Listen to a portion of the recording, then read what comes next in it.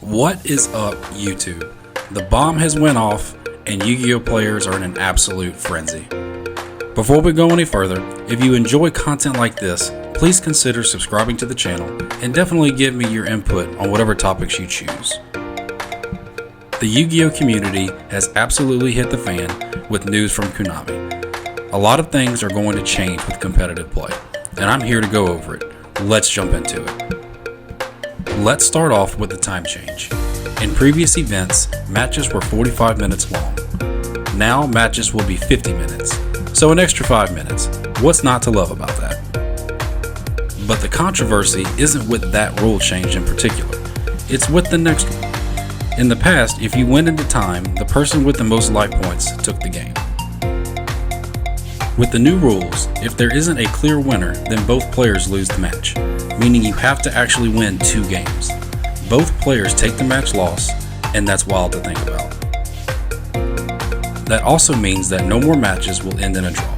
I think that's going to be great for the game of Yu-Gi-Oh! Because draws can mess up things with people's record, and I feel Konami made the right decision in that regard. At face value, what does this mean for players now? I think for players it's going to require to have more card knowledge, for not only the deck that you're playing, but for your opponent's cards as well. I will say that alone is very challenging due to how many players are piloting rogue decks. Usually every time a meta player sits in front of a rogue player, they always have to read the opponent's cards. And I mean every single card. For judges, I feel it will be even more difficult to keep players playing at a decent game speed and cut down on the slow play, especially players who are intentionally slow playing. Vanquish Soul players get it. But while these rules may seem quote-unquote unfair, I'd like to remind players just how frustrating the previous rule changes were. Speaking of Vanquish Soul, I can't count how many times I've seen them win the dice roll, take 30 minutes to play their turn 1, lose game 2, and then slow play their way to a victory when they burn 1500 life points and take the match. Some will say that's strategic play, but realists like myself call it chicken shit, getting burned with cowboy for game, etc. While I didn't feel Konami got it perfect with the new ruling, I'm also thrilled that someone can't just win with cheeky tactics for life point damage. That opinion will not sit well with a lot of people, but that's a hill I'll stand on. Not sure why Konami went this route, but we'll see how it plays out. The other controversial rule is the top 8 rule change. In previous tournaments, depending on the size, you had tops up to 64. Top cut would start with 32, then 16, and so on. With the new top cut rule, only the top 8 will play for the title and receive invites. But you still will receive prizing for quote-unquote top 64. Still, a little curious on how that's going to play out. It's no secret that with top 8 being the only ones playing in the playoff, it'll definitely demand more perfection out of players to reach this achievement. The overreaction from players is they're saying this makes Yu-Gi-Oh not competitive. I would argue this makes Yu-Gi-Oh even more competitive. Players are reacting to this news as if they're owed something, like it's supposed to be easy to top these events. Konami is sending a message to the players saying that if you want to get an invite, get top prizing, and be viewed as a top Yu-Gi-Oh player in the world, it's going to take that much more effort and that much more hard work. This speaks volume to how much Konami wants to appreciate the top players. I understand the argument that rogue players have that it basically makes it impossible to top with a rogue deck. With changes like this, I do expect Konami to make the winnings for top 8 a little better due to the level of accomplishment it is to reach this height. Yu-Gi-Oh players are confused over this ruling for top 8. They believe it's unfair to the rogue duelist and doesn't give them a chance. Well, I don't know if you watched a YCS, Nats, or Worlds, but basically all of the top 8 is generally meta decks.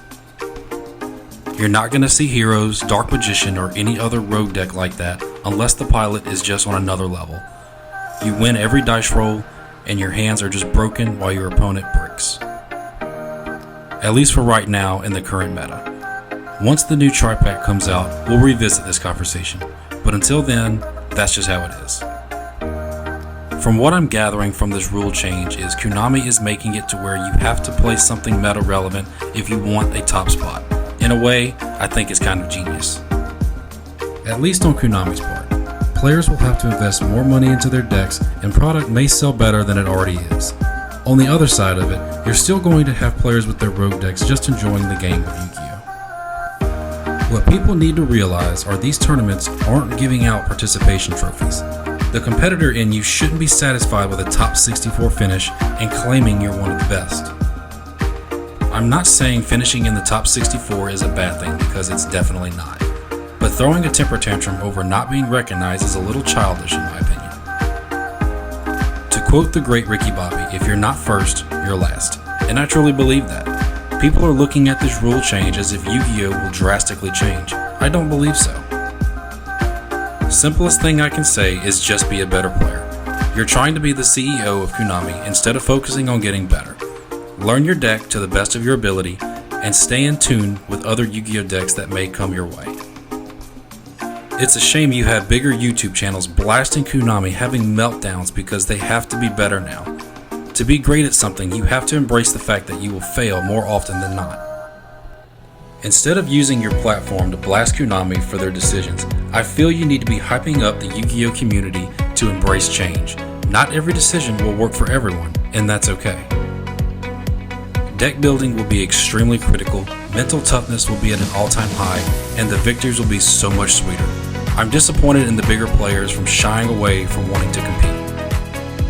But that speaks to their character and core values. As for me, I will embrace this challenge and adapt.